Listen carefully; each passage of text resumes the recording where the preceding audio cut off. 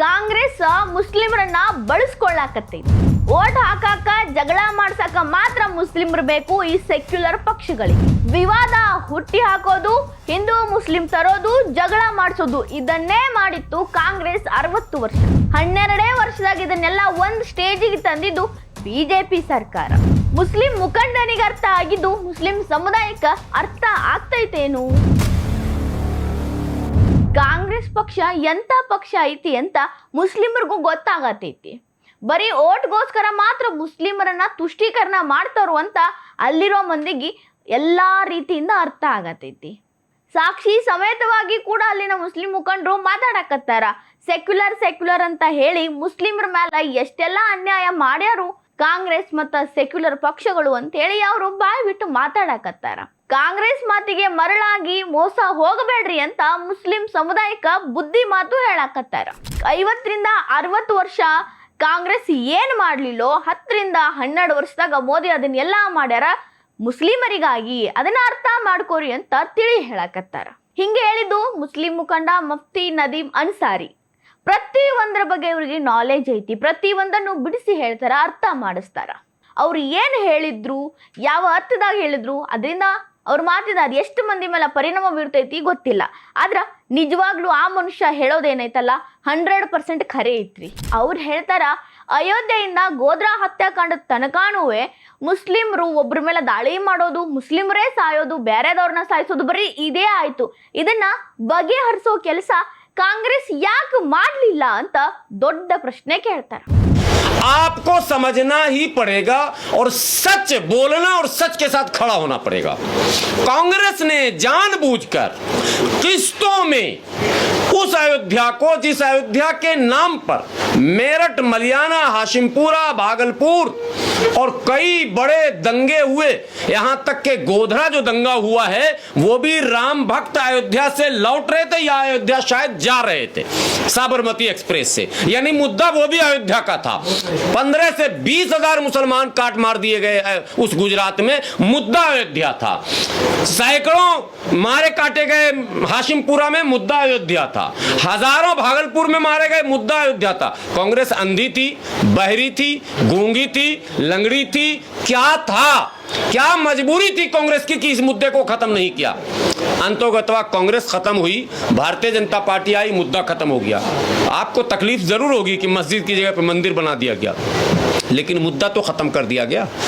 अब आप समझिए, बाकी बातें आप समझते रहिएगा, मुझे भोजशाला पर वही बात कहनी है। ಮುಸ್ಲಿಮರಿಗಾಗಿ ಮುಸ್ಲಿಮರಿಗೋಸ್ಕರ ಇರೋ ಸರ್ಕಾರ ಅಂತ ಕಾಂಗ್ರೆಸ್ ಬಾಯ್ ಬಡ್ಕೋತೈತಲ್ಲ, ಯಾಕಾಗಿ ಇಲ್ಲಿ ತನಕನೂ ಗೋಧ್ರಾ ಹತ್ಯಾಕಾಂಡದ್ದಾಯಿತು ಅಥವಾ ಅಯೋಧ್ಯೆ ಒಳಗ ಅಷ್ಟೆಲ್ಲ ಕಷ್ಟ ಬಿದ್ದು ಜಗಳ ಆಯಿತು, ಮಸೀದಿ ಮಂದಿರ ಅಂತ ಎಷ್ಟು ಕಮ್ಯುನಲ್ ವೈಲೆನ್ಸ್ ಆಯಿತು, ಆದರೂ ಕೂಡ ಕಾಂಗ್ರೆಸ್ ಅಧಿಕಾರದಾಗಿದ್ರು ಅದನ್ನ ಸರಿ ಯಾಕೆ ಮಾಡಲಿಲ್ಲ? ಮಾಡಬೇಕಿತ್ತಲ್ಲ. ಅಷ್ಟಿವರಿಗೆ ಮುಸ್ಲಿಮರ ಮೇಲೆ ಪ್ರೀತಿ ಕಾಳಜಿ ನಿಜವಾಗ್ಲೂ ಇತ್ತು ಅಂದ್ರೆ ಯಾಕೆ ಬಗೆಹರಿಸಲಿಲ್ಲ? ಬರೀ ಓಟ್ ಬ್ಯಾಂಕ್ ಆಗಿ ಇಷ್ಟೆಲ್ಲ ಮಾಡಿದ್ರು ಹೊರತು ನಿಜವಾದ ಕಾಳಜಿ ಅವ್ರಿಗೆ ಇರಲೇ ಇಲ್ಲ. ಸಾವು ನೋವುಗಳೆಲ್ಲ ಮುಸ್ಲಿಮರಿಗಾಗ್ಲಿ, ಅಧಿಕಾರ ಮಾತ್ರ ನಮಗಿರ್ಲಿ ಅಂತ ಇದ್ದ ಕಾಂಗ್ರೆಸ್ ಸರ್ಕಾರ ಅಂತ ಬರೋಬ್ಬರಿ ಮಾತು ಹೇಳ್ಯಾರ. ಇದಷ್ಟ ಅಲ್ರಿ, ನಮ್ಮ ಮಲ್ಲಿಕಾರ್ಜುನ ಖರ್ಗೆ ಕಾಕಾರಿಗೂ ಕ್ಲಾಸ್ ತಗೊಂಡಾರ. ಏನ್ರೀ ಖರ್ಗೆ ಕಾಕಾರ, ಈ ವಯಸ್ಸಿನಾಗ ಎಂತ ಮಾತು ಮಾತಾಡ್ತೀರಿ ಅಂತ ಖಡಕ್ ವಾರ್ನಿಂಗ್ ಕೊಟ್ಟಾರ. हमको सिखाते हैं, मल्लिकार्जुन खड़गे जी आसाम में जाते हैं भाषण करने और कहते हैं तुम नमाज मुसलमानों नियत तोड़ के सांप और आरएसएस दोनों में कोई आरएसएस को पहले मारो। क्या बकवास कर रहे हैं मल्लिकार्जुन खड़गे जी, बुढ़ापे में आप ये काम मुसलमान करे, आरएसएस से मुसलमान लड़े, भाजपा से मुसलमान लड़े, बजरंग दल से मुसलमान लड़े, विश्व हिंदू परिषद से मुसलमान लड़े, पूरे देश में मुसलमान लड़ता रहे और मौज आप करते रहे।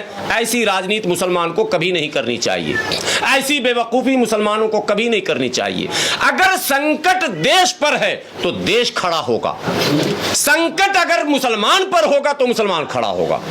सिर्फ मुसलमान पर जब संकट होगा तब मुसलमान खड़ा होगा। जब देश पर संकट है, आप मुसलमान को प्रोवोक कर रहे हैं, मुसलमान को ललकार रहे हैं, मुसलमान को पुचकार रहे हैं, मुसलमान को माने घुमा रहे हैं। हर पॉलिटिकल पार्टी जो अपने आप को सेकुलर कह रही है, ये तमाम पॉलिटिकल पार्टियां जब भाषण के लिए खड़ी होती हैं तो मुसलमान को जरूर साधने की कोशिश करती हैं, और आज मुसलमान कहां खड़ा है ये बताने की जरूरत नहीं है। ಖರ್ಗೆ ಕಾಕಾರು ಒಂದು ಮಾತು ಹೇಳಿದ್ರು ಭಾಷಣ ಮಾಡಾಗ, ಮುಸ್ಲಿಮರು ನಮಾಜ್ ಮಾಡ್ಬೇಕಾದ್ರೆ ಒಂದು ಕಡೆಯಿಂದ ವಿಷ ಸರ್ಪ ಬಂದ್ರೆ ಇನ್ನೊಂದು ಕಡೆ RSS ಬಂದ್ರೆ ನಮಾಜ್ ಮುರಿದು ಮೊದಲು ಅವರು RSS ಅನ್ನ ನಾಶ ಮಾಡಬೇಕು, ಯಾಕಂದ್ರೆ ಅದೂ ದೊಡ್ಡ ವಿಷ ಸರ್ಪಕ್ಕಿನ್ನ ಹೆಚ್ಚಿಂದು ಅನ್ನುವಂಥ ಒಂದು ಮಾತು ಹೇಳಿದ್ರು. ಆ ಮಾತನ್ನ ಇಲ್ಲಿ ಮುಸ್ಲಿಂ ಮುಖಂಡ ಹೇಳ್ತಾರ, ಖರ್ಗೆ ಅವರ ಇಂಥ ವಯಸ್ಸಿನಾಗ ಎಂಥ ಮಾತು ಮಾತಾಡ್ತೀರಿ? RSS ಜೋಡಿ ಮುಸ್ಲಿಮರು ಹೋರಾಡ್ಬೇಕು, ವಿಶ್ವ ಹಿಂದೂ ಪರಿಷತ್ ಜೋಡಿ ಮುಸ್ಲಿಮರು ಹೋರಾಡ್ಬೇಕು, BJP ಜೋಡಿ ಮುಸ್ಲಿಮರು ಹೋರಾಡ್ಬೇಕು, ಬಜರಂಗ ದಳದ ಜೊತೆನೂ ಮುಸ್ಲಿಮರು ಹೋರಾಡ್ಬೇಕು. ಹೋರಾಡಿ ಸಾಯೋದು ಮುಸ್ಲಿಮರು, ಅದರ ಪ್ರತಿಫಲ ಮಾತ್ರ ಕಾಂಗ್ರೆಸ್ ಅನುಭವಿಸ್ತೈತಿ, ಮಜಾ ಮಾಡ್ತೈತಿ.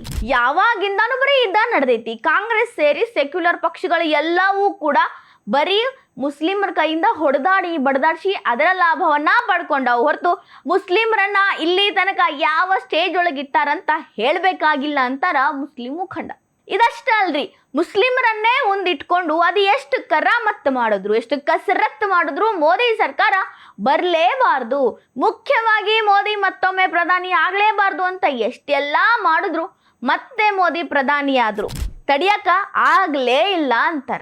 आपने ये भी एक सवाल पूछा जाना चाहिए, मगर मुसलमान तो इस मिट्टी का बना है कि इसको कह दिया तुम मर जाओ, तबाह हो जाओ, बर्बाद हो जाओ, मोदी नहीं आना चाहिए।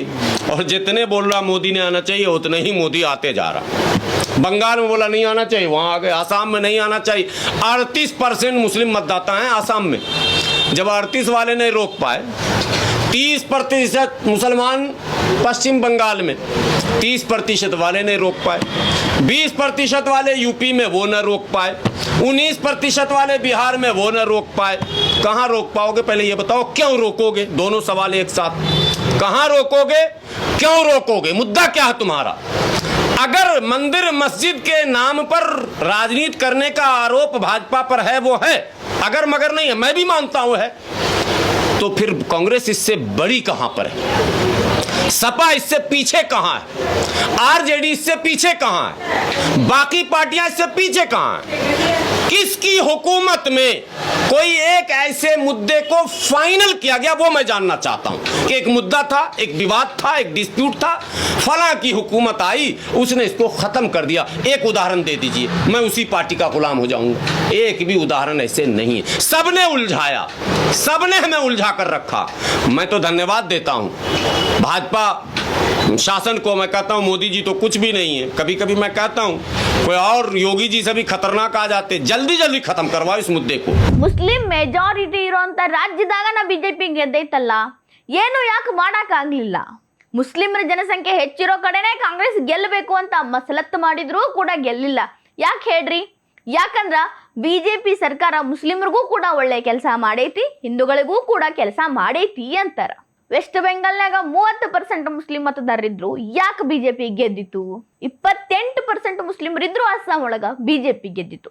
20% ಮುಸ್ಲಿಮರಿದ್ದ ಉತ್ತರ ಪ್ರದೇಶದಾಗೂ ಬಿಜೆಪಿ ಗೆದ್ದಿತ್ತು. 18% ಮುಸ್ಲಿಮರಿರೋ ಬಿಹಾರದಾಗೂ ಬಿಜೆಪಿ ಗೆದ್ದಿತ್ತು. ಯಾರಿಂದ ಕೂಡ ಬಿಜೆಪಿ ಅಧಿಕಾರಕ್ಕೆ ಬರೋದನ್ನ ತಡೆಯೋಕ್ ಆಗ್ಲೇ ಇಲ್ಲ. ಹಿಂಗ ತಡೆಯೋಕ್ ಆಗದೆ ಇರೋ ಸಿಟ್ಟನ್ನ ಕಾಂಗ್ರೆಸ್ ಏನ್ ಮಾಡತೈತಿ, ಮುಸ್ಲಿಮರನ್ನ ಮುಂದಿಟ್ಕೊಂಡು ಆಡತೈತಿ. ಮಸೀದಿ ಮಂದಿರ ಅಂತ ಜಗಳ ಹಚ್ಚೋ ಎಲ್ಲಾ ರಾಜಕೀಯ ಪಕ್ಷಗಳು ಮುಸ್ಲಿಮರನ್ನ ಬಳಸ್ಕೊಳ್ಳಾಕತ್ತಾವ.